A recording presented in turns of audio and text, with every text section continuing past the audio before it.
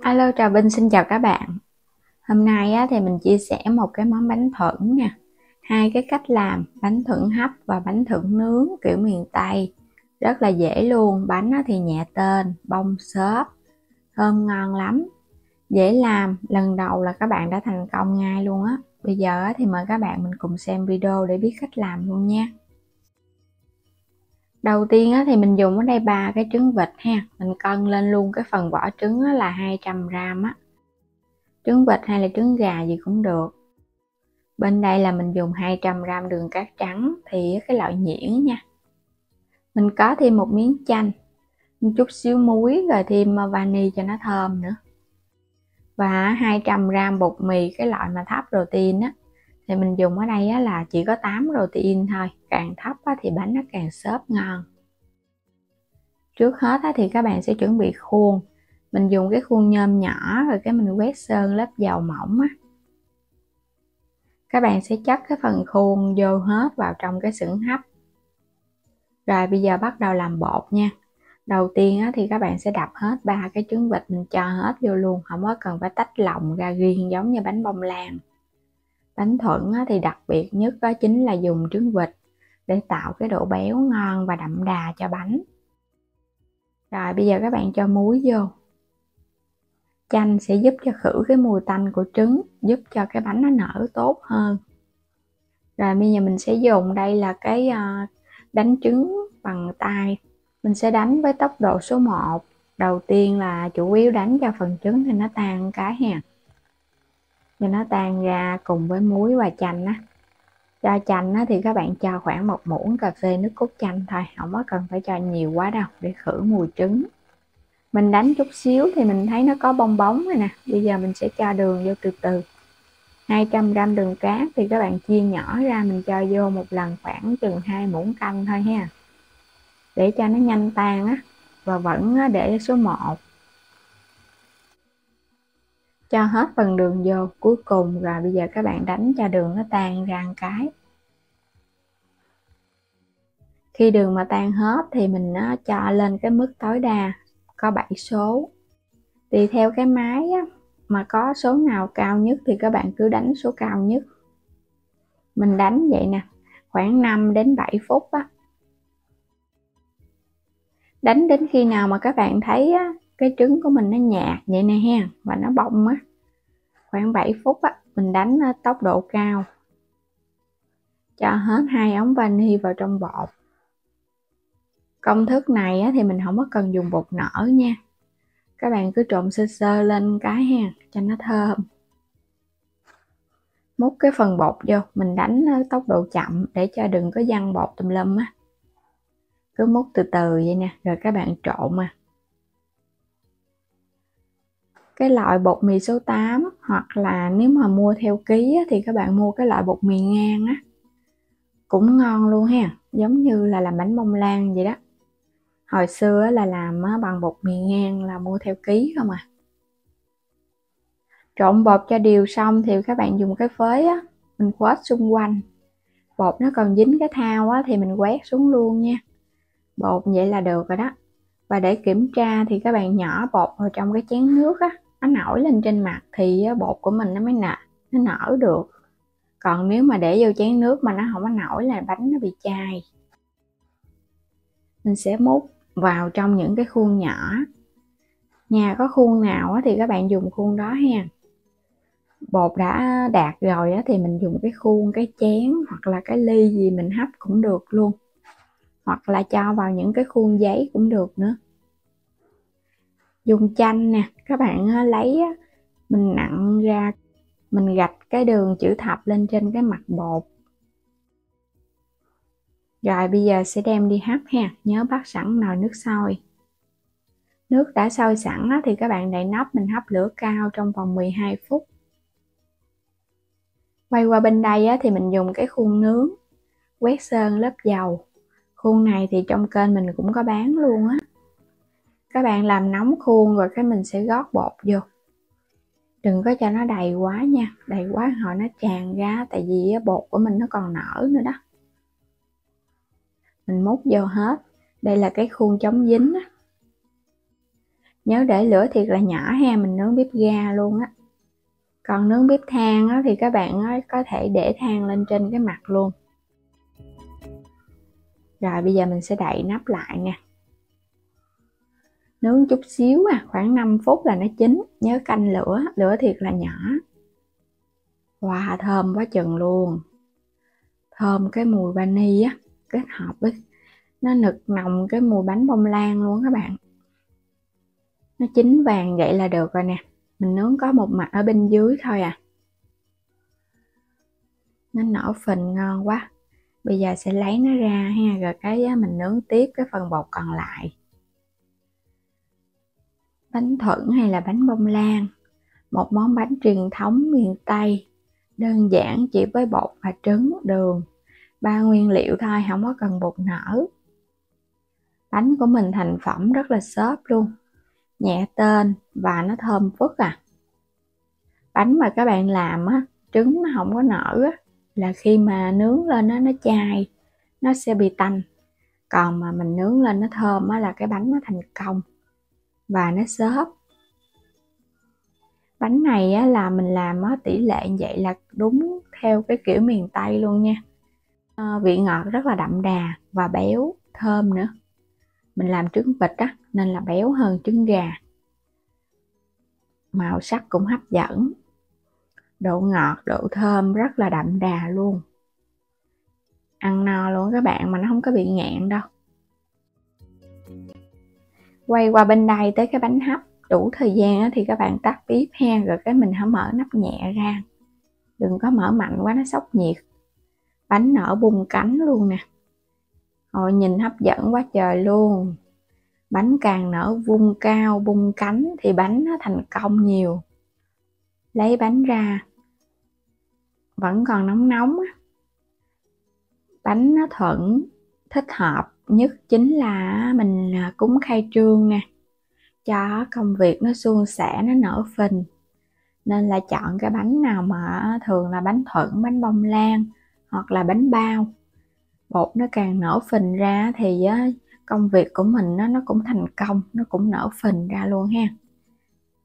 Nên là mình chia sẻ đến các bạn để có thể làm ngay tại nhà để cúng khai trương, hoặc là mình làm ăn trong gia đình. Bánh nhẹ tên, thơm phức, cầm lên giống như là mình cầm cái bông mút vậy đó. Cầm cái bánh quá trời ưng ý luôn các bạn ơi. Nó ngon á, rất là hấp dẫn luôn ha. Làm không có gì khó hết trơn, chỉ là các bạn đúng cái thành phần nguyên liệu, rồi cái mình đánh trứng cho nó bông lên thì mình hấp lên nó sẽ nở vậy nè. Cái nào cũng bung cánh hết trơn á. Mình có gạch thêm chanh á, nên là cái cánh nó sẽ ra đều. Mà thấy có cái này thì là 4 cánh, còn có cái thì 3 cánh. Cái cánh này là cũng tùy thuộc vào cái lửa các bạn hấp nữa. Mình phải hấp lửa cao thì cái cánh nó mới bung nhiều, nó xè ra. Còn mà cái lửa nó không có tới là cái cánh nó không có bung nhiều nha. Ngọt thơm đậm đà lắm, không hề bị tanh cái mùi trứng đâu. Bây giờ thì mình cảm ơn các bạn đã theo dõi hết video của mình. Vui lòng đăng ký kênh Alo Trà Vinh và Alo Trà Vinh 2 ủng hộ mình nha. Hôm nay thì mình chia sẻ một cái công thức bánh hấp nè, không có cần dùng trứng.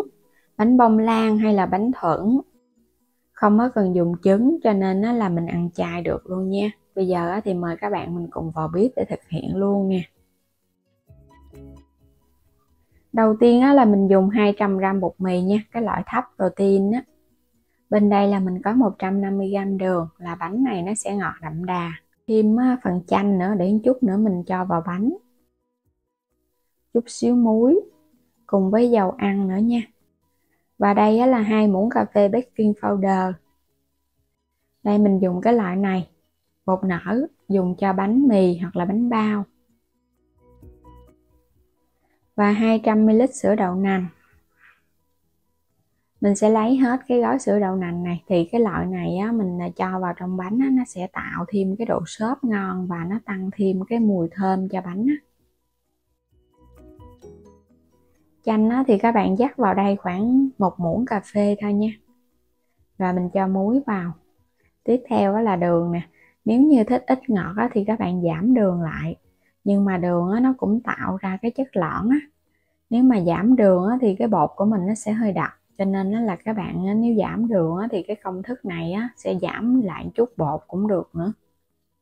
Và mình cho bột vào từ từ nha. Làm bánh này thì cái bột mình dùng là cái loại bột mì số 8, là cái loại mà thấp protein á.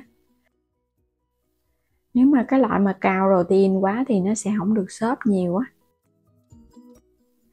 Rồi mình cho hết tất cả vô.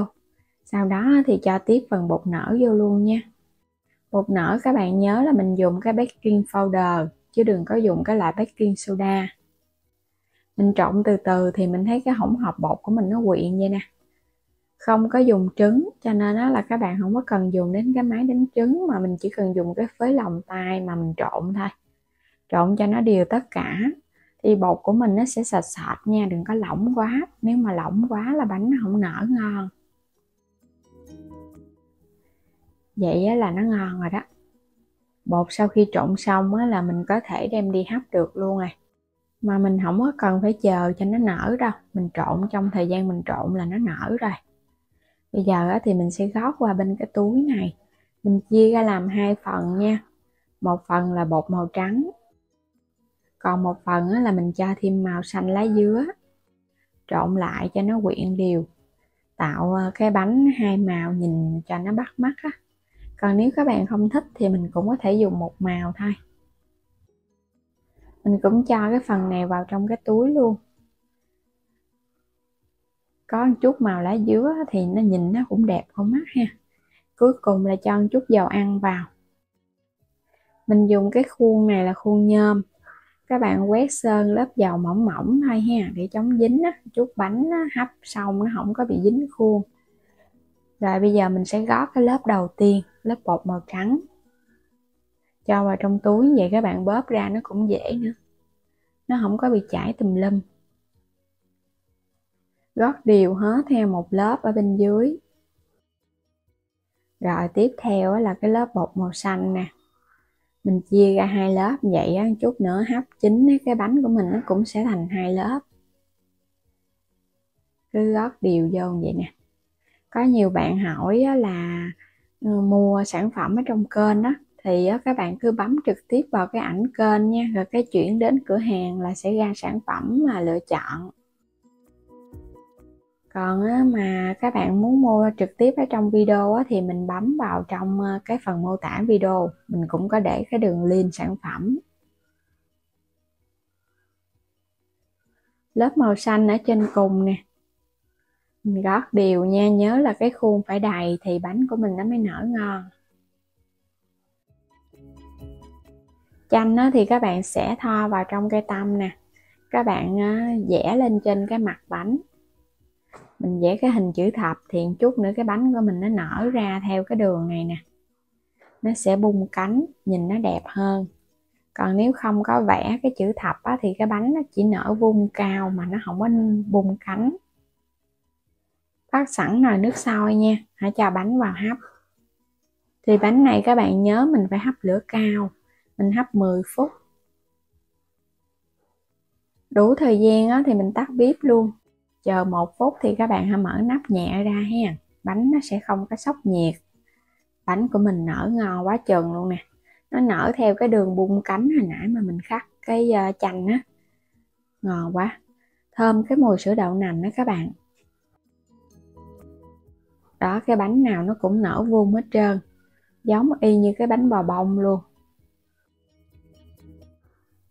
Một cái công thức bánh này mình thấy có thể là bánh bò mà cũng có thể là bánh bông lan, bánh thuẫn luôn. Vì mình kết hợp với sữa đậu nành nên là bánh của mình nó cũng nở tốt. Và trong bột nó cũng thơm nữa nè. Nhìn cái bánh hấp dẫn quá ha. Ngoài cái màu xanh lá dứa thì các bạn cũng có thể thay bằng cái màu tím lá cẩm cũng đẹp lắm á. Bánh này thì mình thấy nó nguội nguội bớt một chút là mình tháo nó ra khỏi khuôn, nó tróc lóc nó không có dính đâu. Và cái bánh cầm lên nó nhẹ nữa. Công thức này thì mình nhận được yêu cầu cũng lâu rồi nên là hôm nay thực hiện cho mọi người cùng xem. một cái công thức bánh mà không có cần dùng đến trứng. Thì mình hấp cái khuôn nhỏ nó sẽ nở đều ngon hơn. Còn hấp khuôn lớn thì các bạn nhớ là mình bọc khăn ở trên cái nắp nồi nha. Nó bung ra 4 cái cánh hoa. Ở bên trong rất là xốp luôn ha. Xốp mềm bông. Giống như cái bánh bông lan vậy đó. Nó bông mềm, mình cầm lên nó nhẹ. Còn các bạn làm mà bột nó lỏng quá thì bánh của mình nó giảm cái độ xốp. Xung quanh này nó láng bóng luôn nè.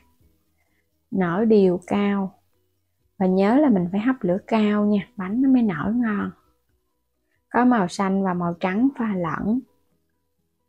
Ngọt đậm đà luôn, và trong bột nó có thơm cái mùi sữa đậu nành á. Ăn cũng lạ miệng lắm.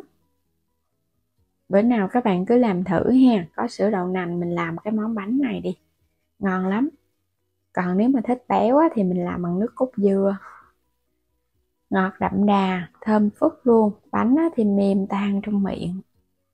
Bây giờ thì mình cảm ơn các bạn đã theo dõi hết video của mình nha. Vui lòng đăng ký kênh Alo Trà Vinh và Alo Trà Vinh 2 ủng hộ mình. Bây giờ thì xin chào và hẹn gặp lại các bạn ở video tiếp theo.